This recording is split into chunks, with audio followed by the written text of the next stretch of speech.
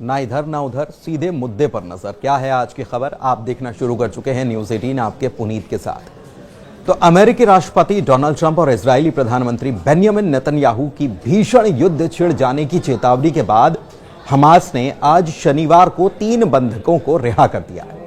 दरअसल युद्ध विराम समझौते के तहत हर शनिवार को हमास को बंधकों को रिहा करना होता है, और जबकि इसके बदले इजराइल फिलिस्तीनियों को कैद से आजाद कर रहा है।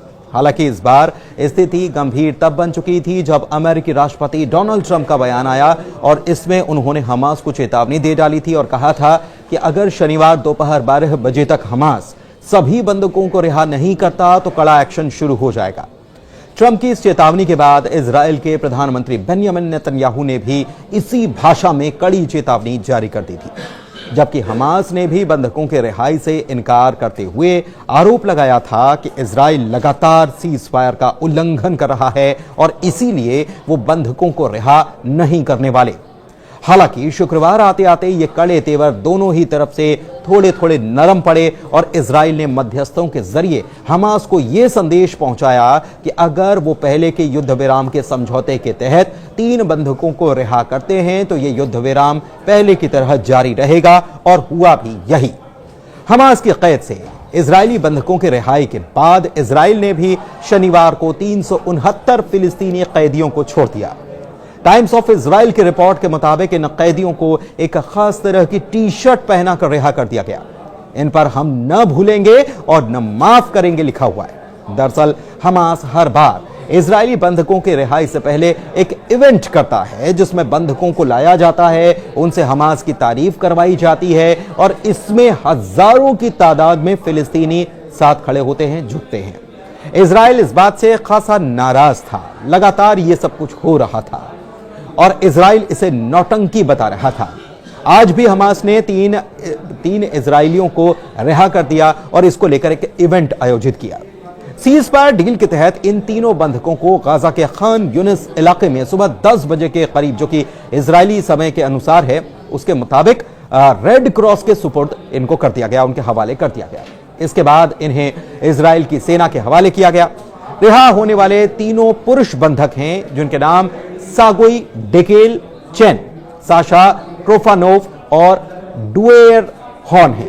रिहा किए गए बंधकों में अलेक्जेंडर ट्रोफानोव 29 साल के हैं जो कि रूसी इजराइल है, जबकि यायर हॉर्न जो हैं वो 46 वर्षीय हैं और अर्जेंटीनी इजरायली नागरिक हैं। इसके अलावा सागोई डेकेल चेन जो हैं वो 36 साल के अमेरिकी इजरायली नागरिक हैं। बता दें कि 19 जनवरी को युद्ध विराम शुरू होने के बाद से हमास ने 16 इजरायली और 5 थाई बंधकों को रिहा किया है। वहीं इजराइल ने 766 फिलिस्तीनी कैदियों को रिहा किया अब तक। दरअसल पिछले महीने लागू हुए सीज फायर डील के तहत बंधकों और फिलिस्तीनी कैदियों की यह 6ठी अदला बदली थी। इस बार रिहा हुए तीनों इजरायली बंधक पिछले सप्ताह रिहा हुए बंधकों की तुलना में ज्यादा स्वस्थ भी नजर आ रहे हैं। हालांकि पिछली बार जो बंधक रिहा हुए, तीनों बंधक बेहद दुबले पतले हो गए थे और उनका स्वास्थ्य काफी गिरा हुआ था। इजराइल ने उनकी हालत को लेकर हमास की काफी आलोचना भी की थी। हमास अब तक इजराइल के कुल 19 इजरायली बंधकों को रिहा कर चुका है। इसके अलावा थाईलैंड के 5 बंधकों को रिहा किया गया है हमास की तरफ से।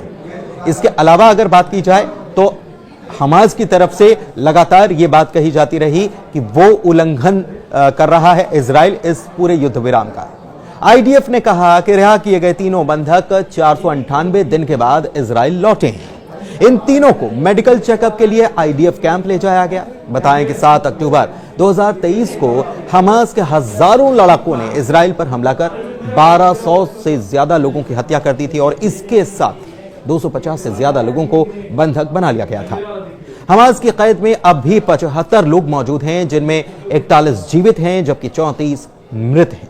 बताएं कि इजराइल और फिलिस्तीन के बीच कैदियों की अदला बदली की ये डील 19 जनवरी से शुरू हो चुकी है और 3 चरणों में ये पूरी होनी है, जिसमें 42 दिनों तक बंधकों की अदला बदली की जाएगी। रही बात अमेरिकी राष्ट्रपति डोनाल्ड ट्रंप की, तो उन्होंने एक बार फिर से कहा कि हमास को सभी बंधकों को रिहा कर देना चाहिए था।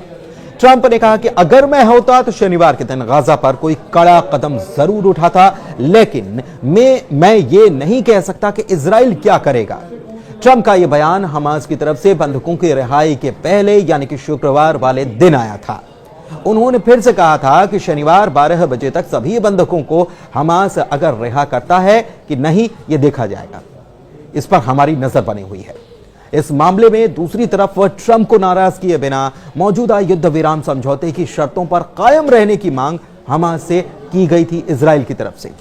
इजराइल ने मध्यस्थों के जरिए हमास को यह मैसेज भेजवाया और कहा कि अगर आतंकवादी समूह यानी कि हमास शनिवार को निर्धारित वक्त के अनुसार 3 बंधकों को रिहा करता है तो वो समझौते को जारी रखने के लिए तैयार है। वैसे इससे पहले हमास ने बंधकों को रिहा करने से यह कहकर मना कर दिया था कि इजराइल की तरफ से युद्ध विराम का उल्लंघन किया जा रहा है। इसी बात को लेकर ट्रंप ने कहा कि अब मैं समझता हूं कि हमास पूरी तरह से बदल गया है।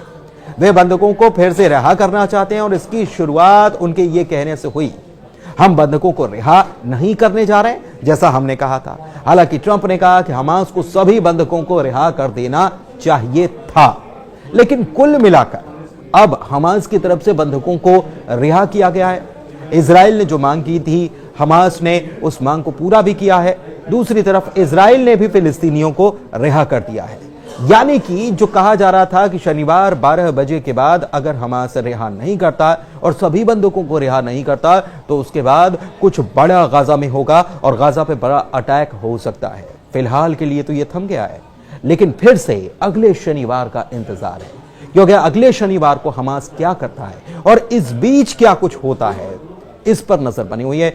फिलहाल ट्रंप को भी इजराइल ने साथ लिया है, हमास को भी साथ लिया है, हमास ने भी बंधकों को रिहा कर दिया है।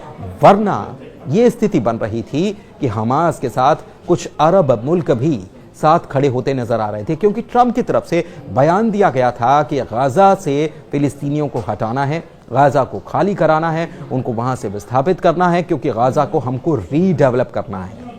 और इसके पीछे प्लान ये बताया जा रहा था कि जॉर्डन और मिस्र जो है वहां के फिलिस्तीनी जो हैं उनको अपनी जगह शरण दे। हालांकि जॉर्डन के किंग जो हैं उनकी तरफ से यह कह दिया गया है कि हम 2000 ऐसे बच्चे जो गाजा में बीमार हैं, जिनकी हालत ठीक नहीं है, जो पीड़ित हैं, उन बच्चों को हम अपने यहां शरण देंगे, यानी कि उनके परिवारों को भी शरण दी जाएगी।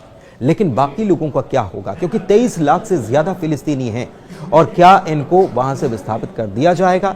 क्योंकि अरब मुल्कों ने साफ तौर पर इसको लेकर कह दिया है कि अरब मुल्क इस मामले में इस पक्ष में बिल्कुल भी नहीं है, और इसको लेकर ट्रंप अब क्या रास्ता निकालते हैं, या फिर चुप्पी साध लेते हैं, या फिर मिडिल ईस्ट में जो कुछ चल रहा है शांतिपूर्वक ये ऐसे ही जारी रहेगा और युद्ध विराम ऐसे ही चलता रहेगा, इस पर हमारी नजर लगातार बनी हुई है। धन्यवाद।